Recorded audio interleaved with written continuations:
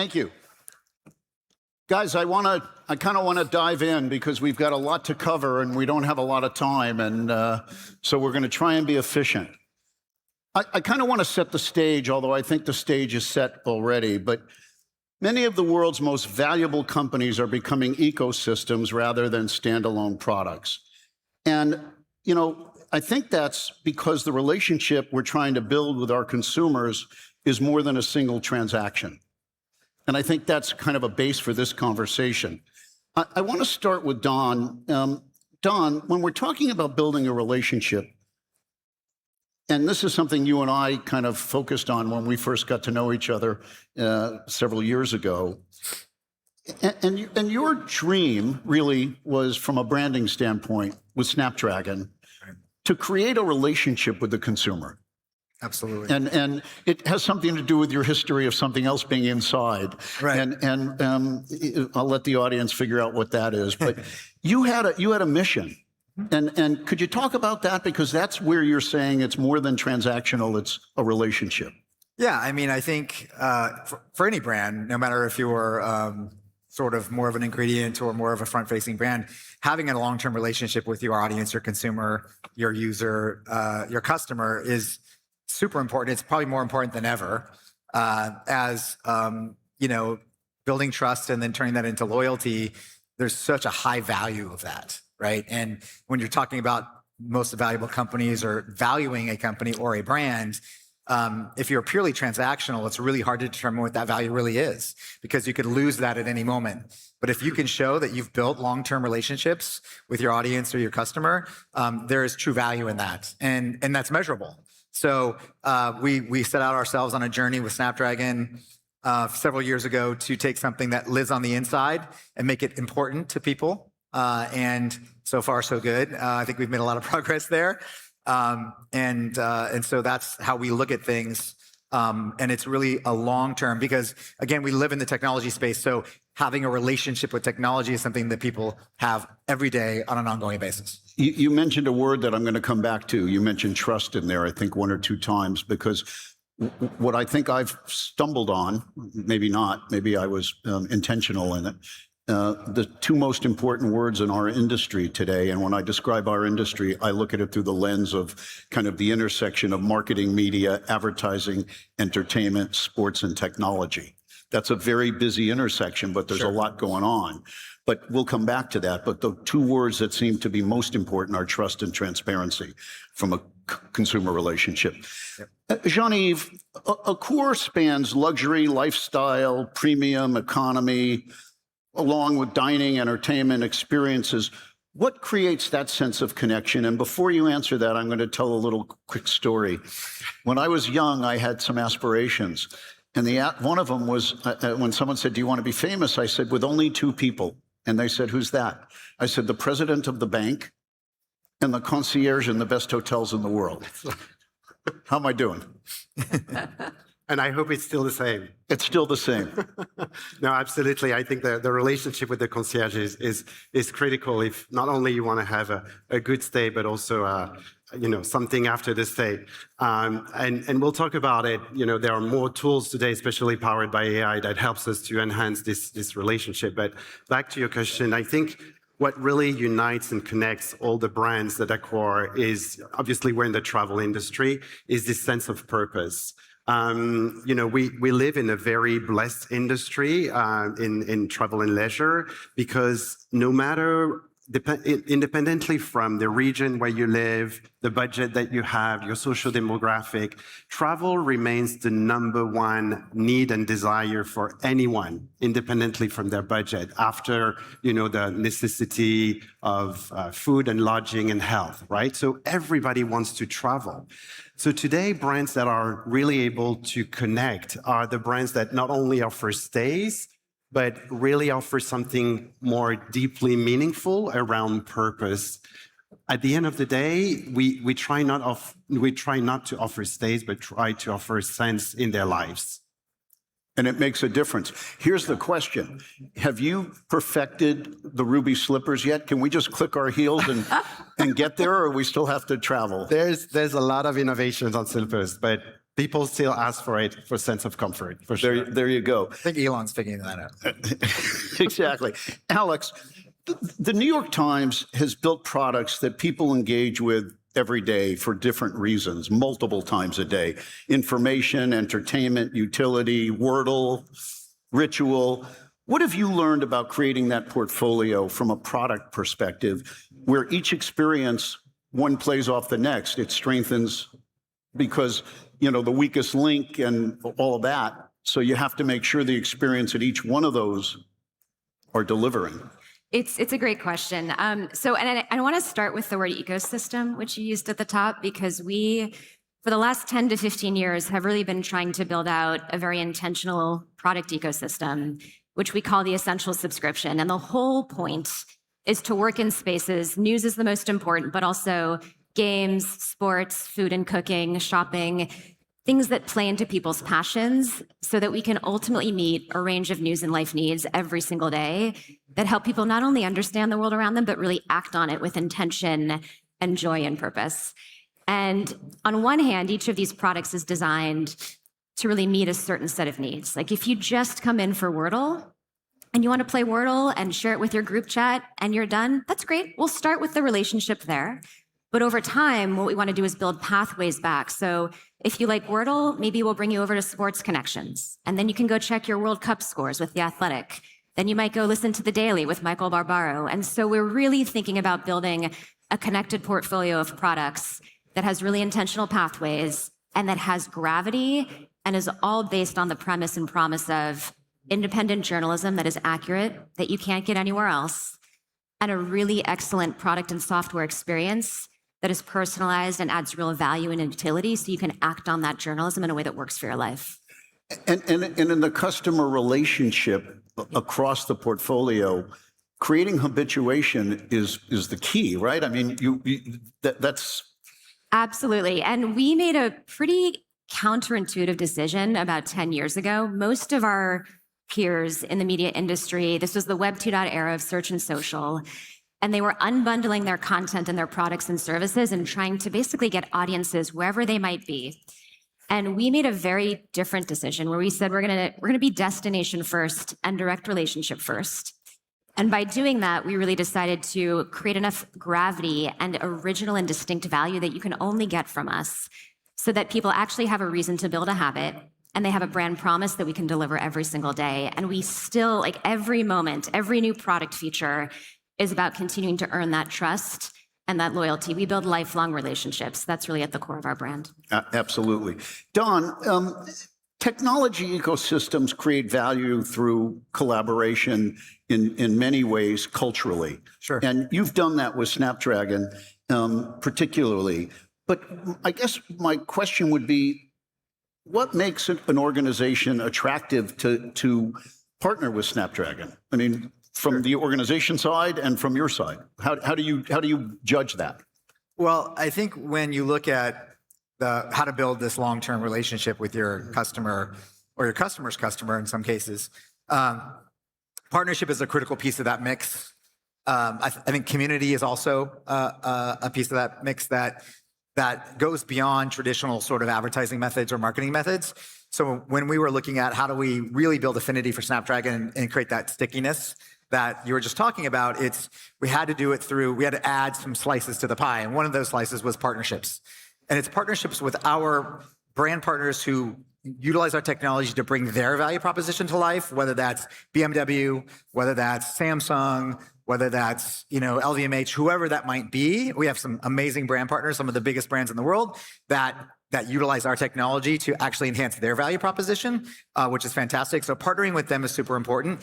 But then also brand partnerships with people like Manchester United or Mercedes Formula One to explore and to connect what we do with people's passions, which you just mentioned, because connecting through people's passions is a way to then tell your story in a way that's relevant to them.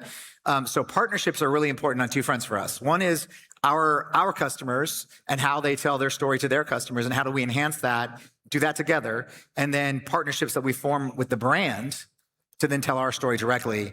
And that's how we view partnership. And then It's a win-win in that case. it's a win-win for everybody. And I don't including believe, the consumer. including the consumer.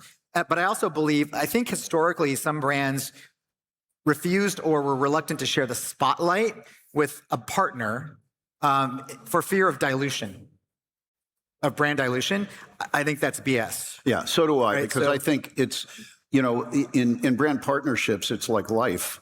We're known by the company we keep. Absolutely. And so from that perspective, you want to be aligned with things that represent the same values and all of that. Yeah. But I agree with you, the consumer does look through that. Sure. And say, is this real? Yeah. And the business back idea, these are people who are using Qualcomm's products. Right. It makes perfect sense. Yeah, But absolutely. you're creating that experience. Jean-Yves, travel, arguably, back to my fantasies growing up, but travel creates some of the most memorable moments in a person's life. That's for sure. Those are highlights. You remember those trips, you think back to those trips, and you transport yourself. How do you extend the relationship beyond the trip itself, though, to keep it live? Yeah, absolutely. And We do keep it live through memories and pictures. How do you keep it live? Yeah. So there's definitely the trip itself, but there's a reality in travel. Usually you travel for, let's say, a week or two, so it's very, very short. So how do you keep that relationship with that consumer? I would say it starts even before the memory. So before the trip, there's all this anticipation, the booking, the finding out when you're gonna travel, and that's where communication of the brand is essential. But your question is more about the after. How do you keep that relationship through memories? Well, again, because we're To become part of the regular daily life. absolutely Because the travel is not every day. Absolutely. Although I feel like it is, but it's not every day. It's not every day because you stay in a hotel and then that's it. So you come back. So how do we stay on top of mind and how do we stay meaningful in people's life? Well, I'll give you an example that what we done on one of the largest mid-scale hospitality brand is called Novotel. At Novotel, we created the Novotel 37 Collective, which is a collective of different influencers. Why? Because the whole purpose of the Novotel brand is to deliver and help people to achieve longer, fuller, healthier life. That term of longevity is something that is extremely relevant in today's people's mind. So our philosophy is about longevity every day. So it's not about obviously discovering longevity where you stay at the hotel through the food, through the sleep, through the connection that you have with your friends or family. But it's most importantly how you keep that quest for longevity after the stay. And we have a philosophy at Novotel, which is that's the 1% better. If you eat 1% better, if you sleep 1% better, if you move with intention 1% better, and then if you have that social connection with your friends and family and colleagues 1% better every single day, well, guess what? It compounds over time. The network effect is real. Exactly. And it's about math. So you might wonder why we called it 37, because 1% better every single day for 365 days a year equals to 37. It's just, I'm a math geek, so I love that. So we stay coherent with them through influencers, sleep experts, culinary experts that provide tips on an everyday, mostly through social media, so that we keep that memory long, but also we help them to achieve longevity in the long run. Alex, I love that. as by we the way. said, the Times has a direct relationship with millions and millions of subscribers across multiple products. How do you use behavioral insights to make experiences more relevant without a big brother feeling, without people feeling like they're being observed? Which, by the way, we are, but how do I not feel that way? It's a fantastic question. So we design our products with such intentionality around the ethos of time well spent. And I know that's a term that we've been throwing around for the last 10 to 20 years. But if you actually go back to one of the best examples of time well spent with the New York Times, it goes back to 1942, where I don't know if many of you remember, but that was when we actually introduced the crossword for the first time. Even I don't remember that. I mean, I hope. But it was a couple weeks after the bombing of Pearl Harbor, World War II. And we had this moment where the country was going through such a dark period, and they wanted a reprieve. And we wanted to make sure that we could give people a way to do something different with their mind, but not turn their mind off. And so that ethos, which started with the crossword and print, has basically translated into every new game that we bring to market, every new podcast by a show who needs to have something worthwhile to say. And when we design our products, we design them to point you to things that matter for you, or to be a part of a shared moment with the rest of the community of New York Times readers and subscribers. And they're designed so that they have a beginning and an end. You come, we satisfy that need, and then you can go get on with your day. And that is actually one of the best brand promises that we find gives people a sense of trust that they are going to come back to the New York Times and that their time will be well spent. Well, and this is a question for all of you. Today, consumers are sharing more signals than ever before. What makes personalization feel more useful, timely, and welcome? I mean, you're getting the signals. I mean, Don, you know, you're seeing them. I mean, Absolutely. how do you successfully connect with the audience based on the signals you're getting? And this is a question for all of you, really.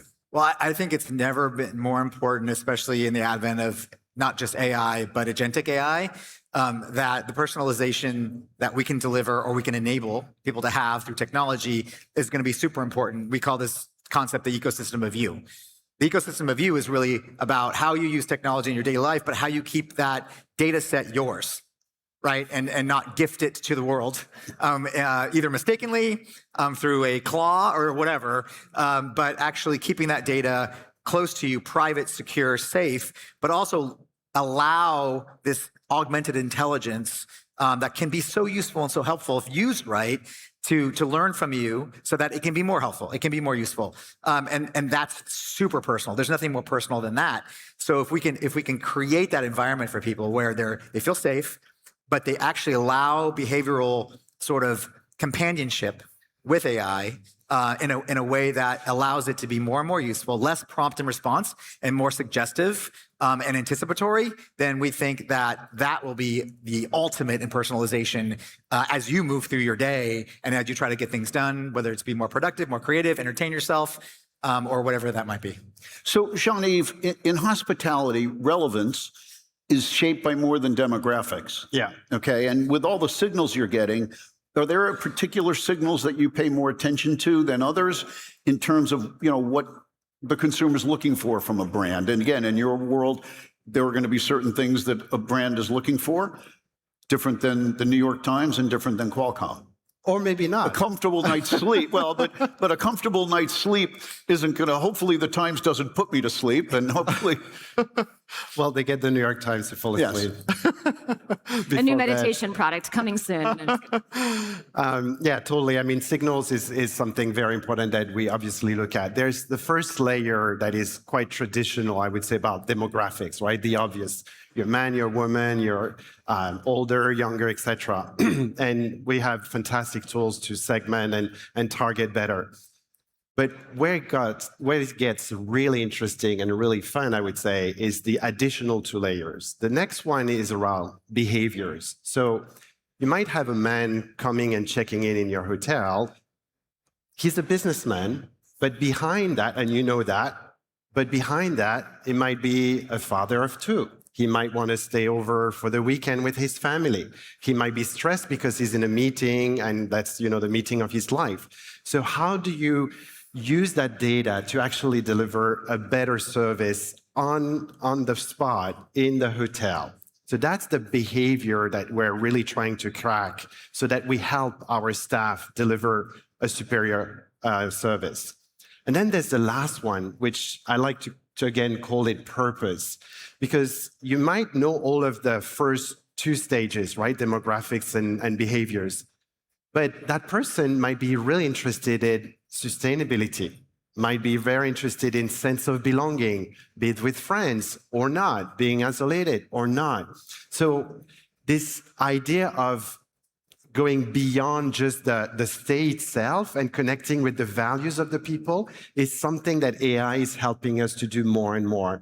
And how does this translate in a stay where if we know that, we know your preferences, we're going to be able to cater for a better stay so that you have a more memorable stay. But to that point, and it's a good transition, we've talked about understanding people. We all have to understand the consumers that we're interacting with, and I long ago gave up B2B or B2C. To me, it's B to H, it's business to human. So, and not in the agentic world, but still business to human. But what are you doing with that information to become part of the experience itself? I would look at you, Alex, and say, do you see AI creating entirely new experiences for readers? Or, I mean, how do you look at it from a product development perspective? Yeah, and not I just love that from question. efficiency and... Yeah, absolutely. No, I if I think about AI, like any really powerful technology, we are quite creative and quite strategic about how to use it, but we always point it in service of our mission, which is to seek the truth and to help people understand the world. And in terms of our essential subscription strategy and growth. So it's not a separate strategy, it's not a separate roadmap. Everything is principled and guided through the lens of how we can unlock more mission-driven and ultimately kind of revenue growth and value for the company. And so once you have those principles in place, in the newsroom, for instance, we have journalists who are using various LLMs to sift through giant data sets to uncover new lines of reporting that they will then go write themselves. Within our products, we use AI to make our coverage so much more accessible to more people. Our stories are now multimodal. You have audio, you have voice. We're really trying to meet people and consumers where they are. With brands, we've done a lot of really wonderful work to use models to basically take an individual brand message and to hyper target it to the right audience against the right story at the right time. Because again, this is where you can see very safe and responsible use cases that unlock so much value for consumers and for brands. So there are a range of use cases, but they are guided by a set of ethical principles that we are very, very careful to implement. I don't know that I'd characterize it as a pet peeve, but it's something I've thought about for quite some time. The idea of the right article at the right time, and we all struggled for a long time to find the right context in the right moment on the right device to the right person to the right. We can't lose sight of the fact that in marketing, we need some surprise and delight. We don't always, Serendipity, and I've told this story absolutely. countless times. Auto manufacturers always say, I want to reach that consumer when they're in market. Yeah. How about when they're not in market and they see a beautiful picture of a new car and they go, actually, maybe I do want a new car. Well, that is one of the things that I think are really trying to balance. And I want to give us some credit because I think we're doing it well, where we have incredible editorial and creative judgment and taste that goes into curating and putting forward and pointing people towards things that matter because of the editorial and creative talent. We have 2,500 journalists who are tastemakers every single day who are trying to help create those moments of serendipity. And then we marry that with very careful privacy-forward personalization to also make sure that the other things that we know you like, we can help you find them at the right time. But it's a balance between that shared experience so you feel like you're a part of something with a collective and also something that feels like it's deeply useful to you. And consumers, I'm sure you're seeing this, they want more control. There's definitely been a backlash against full algorithmically curated feeds.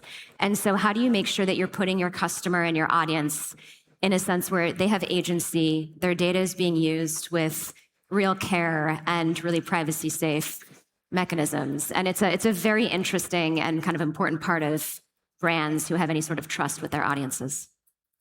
Go ahead, Don. Were you going to say something? Or No, it's absolutely. Jean-Yves, we talked about AI and the guest experience, but the opportunity to do things in real time is extraordinary from that perspective. So let's just say, you said the business person shows up at the hotel, they're there for the business meetings, but then the weekend will be with their family. AI would probably be able to tell you all of that. So when I checked into my hotel the other day, AI would be able to tell the experience, the registration, that I'm here for a conference. AI would know that. Mm-hmm. Is that happening real time? Are they just curious? I mean, is somebody doing a search of a guest who's checking in? Because they could find out so much on the spot in real time. So I wouldn't say in real time, because there's still, AI is still for all the industries everywhere. Real time is a figure of speech in this case. Let's face it, there's still a lot to do, and thanks God. But No, I mean, the systems exist already where we know a lot about consumers, just like any other industry, we use our data. What do they say in financial services? KYC, know your client? Exactly. Yeah. But what is important to remember is again, in the hospitality, what matters is that human connection. So we use data and AI to process this data, to deliver digestible information for the staff. We call them artists, so that they can execute a better service. So it's not AI to replace, but it's AI to power up, to enhance.